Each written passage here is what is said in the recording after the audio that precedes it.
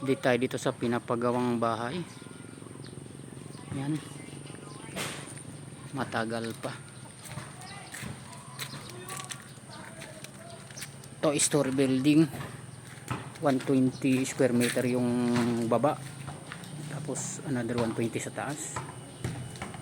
Yan. Yung ating main door.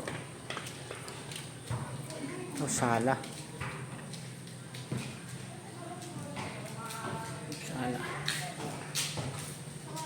Kaya lang may issue ako dito. Tama ba yan sa mga gumawa ng plano nito?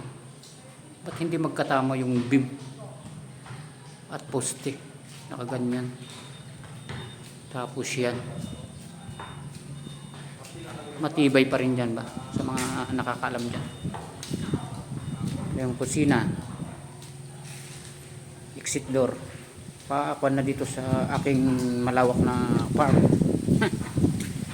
Yan. Sa labas. Tapos ito yung kwarto sa baba. Yan. 4 meters by 4 meters. Then ito yung hagdan, paakyat. Tapos may CR tayo dito. Luwang na CR yan. Sa akyat.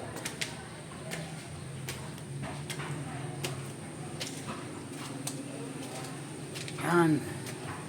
Kakatapos pa lang ng beam nitong kalahati. By next week mag-roofing na tayo dito sa mga hindi pa nakuha. Yan. Yan, ito yung harapan.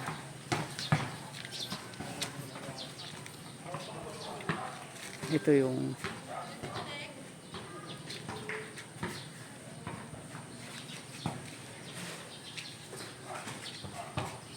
master's bedroom. Tapos ito may dito, ito yung CR. Maluwang rin yan. Tapos dito ay mga kon na ito. Mga built-in cabinet ang ilalagay natin dito. Yan yung CR.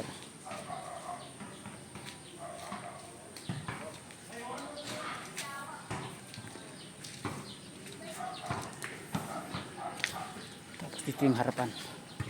Harapan ng bahay. Overlooking. Yan. Yung sa gilid, basketball court na yan. Diyan tayo tatambay, manunood.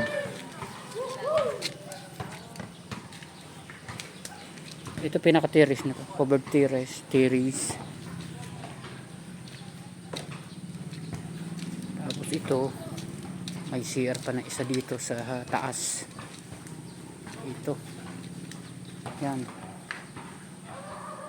Dito naman ito yung isang kwarto sa taas. Tapos ito magiging kwarto ito. Magandang view rin dito sa bintana. Kitang kita mo yung palayan. Nakaka-relax. Yan.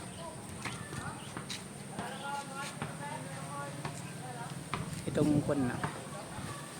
Itong kabilang side, una namin pinakuan para nababasa kasi tag-ulan na. Para kahit na umuulan, may gagawin pa rin nating mga trabahador kasi ito ay arawan. Sayang ang araw. Yan. Mga master dyan, baka may ma-advise kayong mga design. Paano mapaganda itong bahay natin. Yan, meron na rin nakakuha ng mga wirings pero hindi pa na-fix. Yan. Okay. Ito muna ang ating updates ngayong araw. Ito terrace sa labas, sa baba, sa basketball court. Tapos dito naman sa kabila, itong magiging parking area. At tayo wala kita.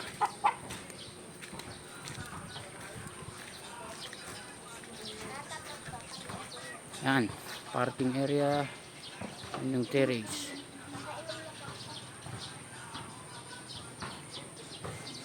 Okay.